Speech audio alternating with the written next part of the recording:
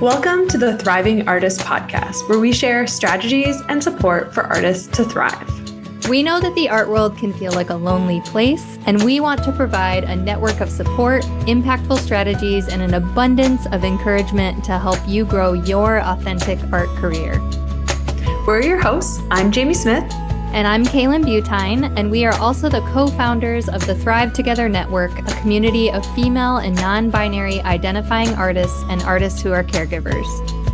We truly believe in community over competition, and we're so glad you're here. Enjoy this episode.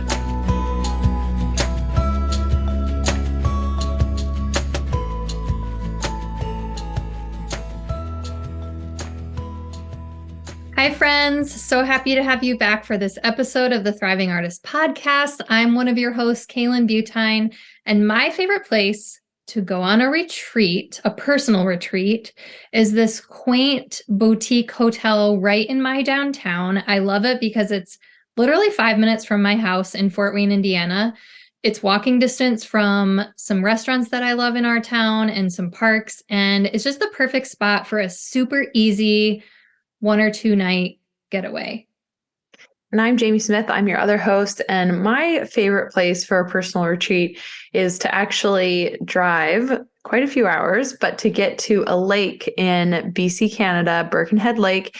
And why I love it so much is there's no cell phone service. There's no Wi-Fi. So for me, that is really clearing space for a personal retreat. So I'm so excited about this episode, Kaylan. We have just recorded an episode all about the importance of retreat, but this is about how can we do this when there's a time where maybe we can't just sign up for an awesome experience, and how do we do this on our own? So I'm really excited, Kaylan. Yeah, and this is like some practical strategies for making personal retreats part of your life, because whether you're coming with us to the mountains in June or not, I think everybody should be planning 1 or 2 personal retreats a year if you can. I think they're essential to our well-being. So yes, if you missed it though, last week we released an episode called Why Artists Need to Retreat. We shared sort of more the philosophy about why retreats are so important for artists and why we need to take this time away apart from the juggle or the jungle, as we talked about, and recharge. And I think it's important right now, just the season of, summer's coming, and it's just a great time to kind of look at your year, because we really recommend that artists take a personal retreat at least once, maybe twice a year.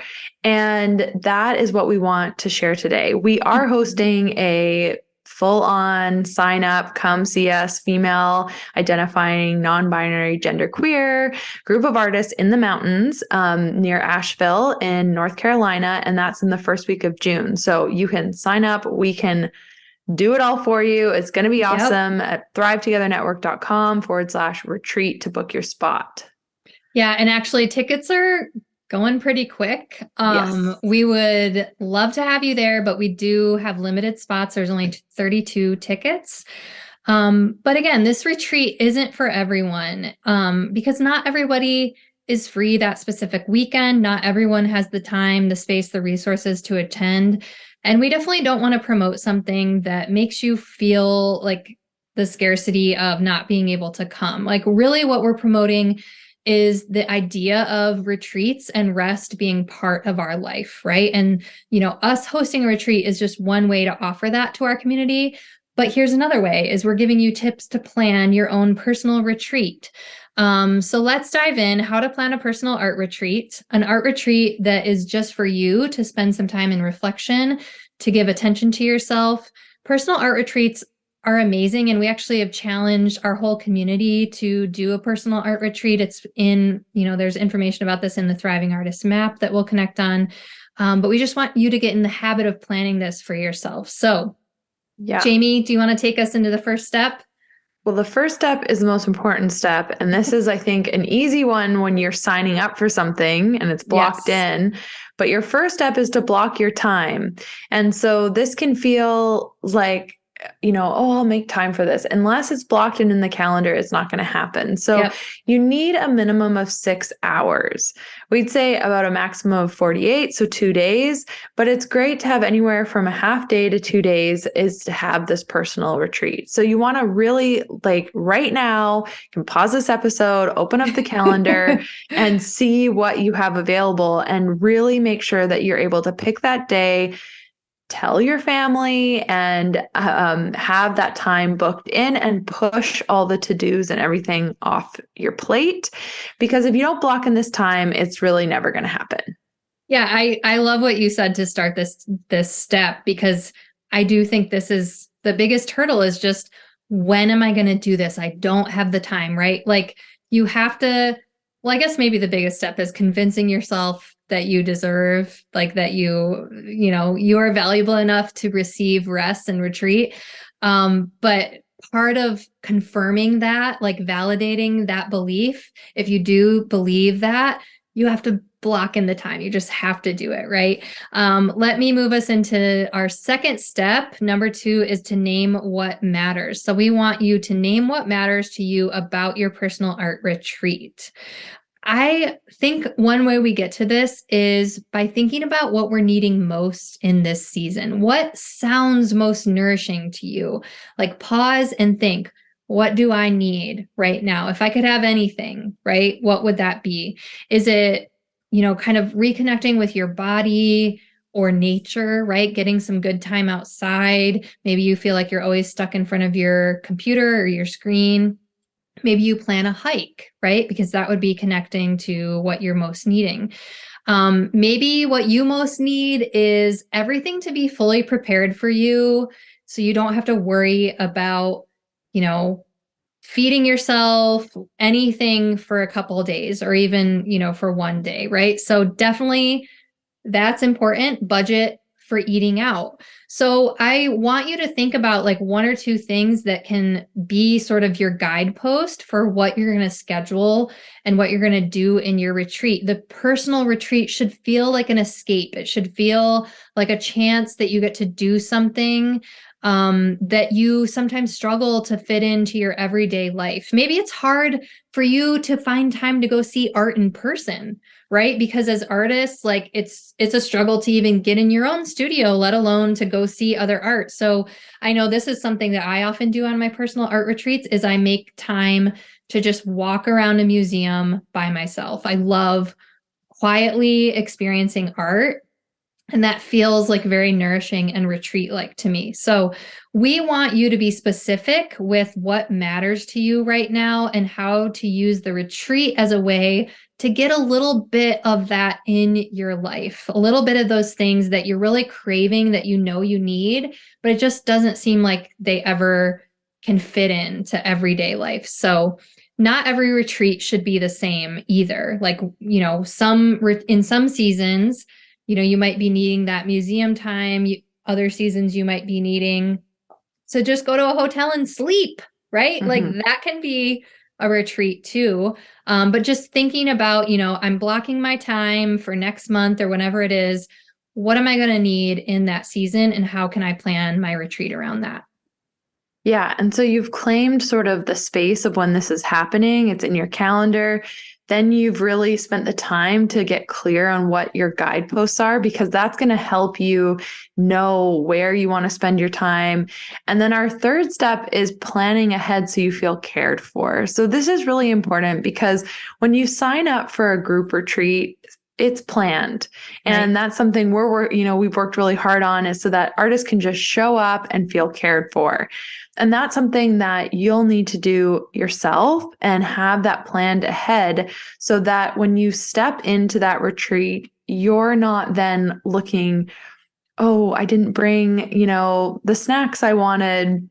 I didn't do this. Like, then you're just creating more to-do lists, and you're creating Right. your own juggle again. Mm-hmm. So really writing down, what does this look like for you? You're almost making your little itinerary of what you need to bring. So pack really well, think through that time and what you need to bring, so that you can step in and feel really cared for. Well, and I think the cared for part is important too. Like, part of caring for yourself well is having everything done and prepared. But it's also like, what are some of your favorite things? Like what feels like a treat to you, like getting that coconut and sea salt Himalayan popcorn that's kind of too expensive to buy every day, but it just is like one of your favorite little treats, or those, fancy dark chocolate almond cup. It's not like I don't already know what I'm going to buy for myself, right? I'm like hearing your list. Right. A little bit of sweet, a little bit of salty. But I just think like treating it like if you were planning this retreat for like your sister or a really good friend, you would like do these extra little things to help them feel really cared for. So how can you do that for yourself, right? Mm-hmm. And I hope you don't feel like we're asking a lot for you. I just think going that extra mile, doing that final 5%, which is something we talk about a lot on the network, this idea of like doing the little bits that make the experience, that finish off the work really special. And in this case, the final 5% is like those little things. And it doesn't even necessarily have to be about money, about like buying yourself gifts or snacks. You could just write yourself a note that you open during the retreat, a little love letter. Or maybe you ask your friends to write you a note, like, could you just reach out to 5 friends and say, hey, next month I'm going to be going to do this thing. I'm really needing some encouragement. Would you mind like sending me a note, and I'm going to open it on the retreat? Like, kind of love that idea. I want to do that for myself. I do too.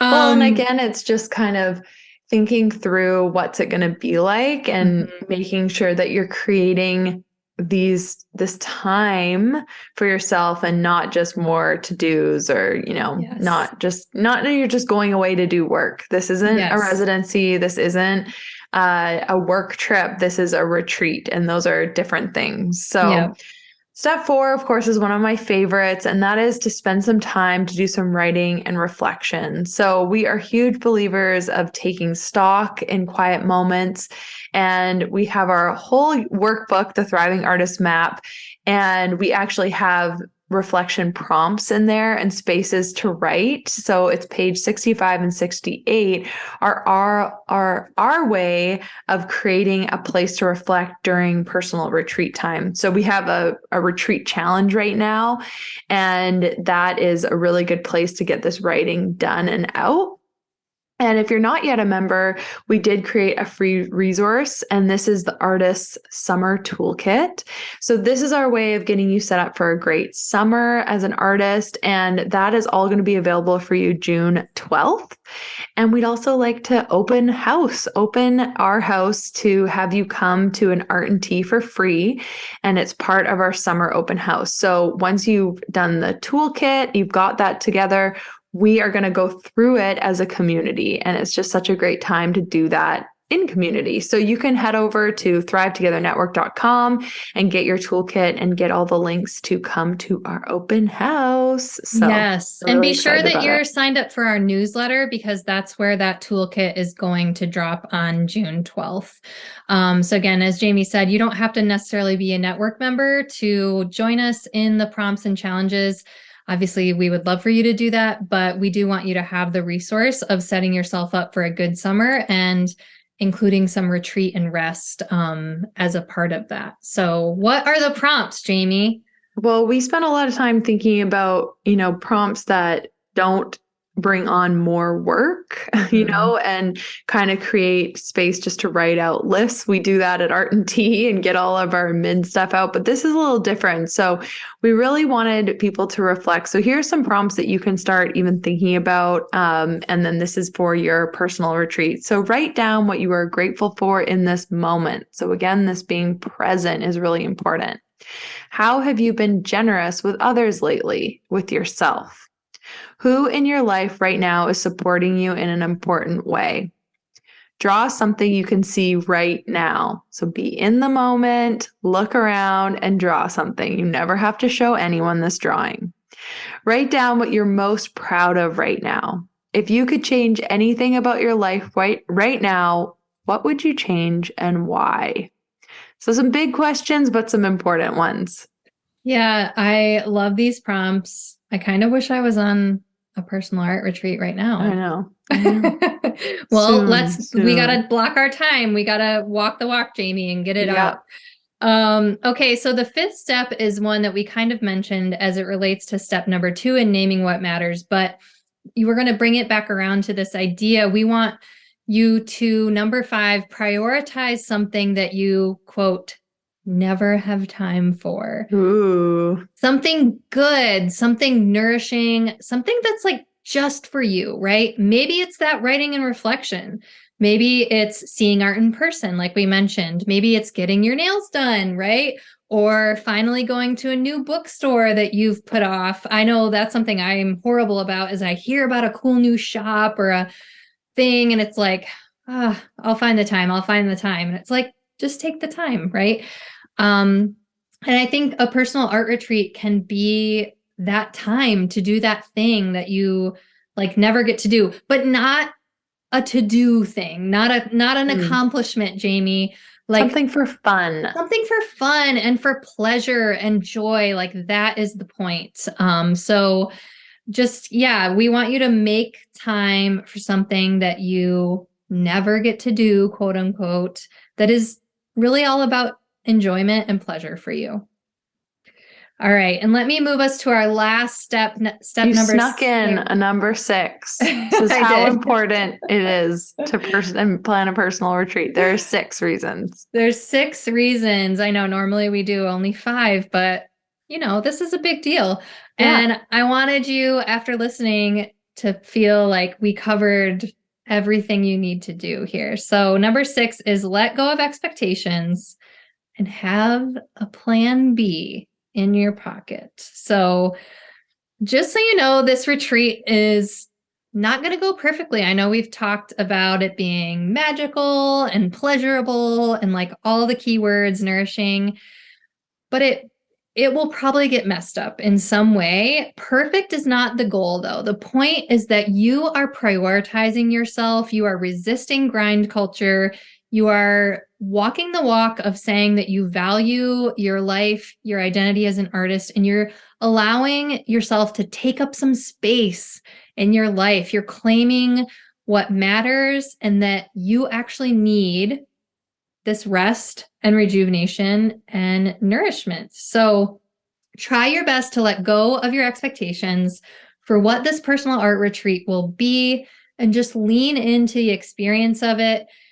And, you know, in terms of the plan B, I think life happens, kids get sick, you know, stuff like plans change.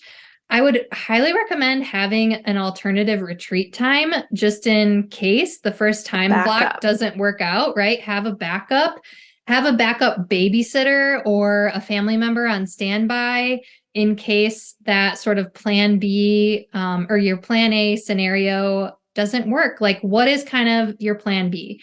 Because things happen and we still want you to experience a personal art retreat. I think this was so nice to go over because we can't always sign up for something that's organized for us. And so it's so easy to let this not happen. So I love that. And we really believe that an art retreat, a personal art retreat, is actually a career move. And this might help with some of the guilt of feeling, do I really have time for this? It's actually a business tactic because you're going to be present, you're going to have time to rest. And I can guarantee you basically that after doing this, you're going to feel more powerful in your regular life, which is what we're all trying to do out here in the jungle. Well, and I think it's a reward, right? Like this could be part of a celebration that you have for, you know, completing a body of work or doing the artist residency. And you know, we're people, we're animals. Like we need to be conditioned to keep doing this hard work. And we have one way to condition ourselves is to reward ourselves. So you can think of it as a reward, as Jamie said, a business tactic. Yeah, I love that. So don't forget to get signed up to our newsletter. That's all at, thrivetogethernetwork.com because we are going to send out our artist summer toolkit. And that is coming out June 12th. And we'll have these open houses where you can actually fill it all in together. We record those so you don't have to come live, but it really helps create accountability to do that work. It's easy to download the freebie. It's harder Absolutely. to actually do it. So we're really hoping, our goal is that you have a great summer and you have rest, but you also continue to make art and do the things that you need to do for your season. So we're really excited to have you. Yep. As always, we are here for you. We're cheering you on, and we truly believe in the work that you are doing as thriving artists.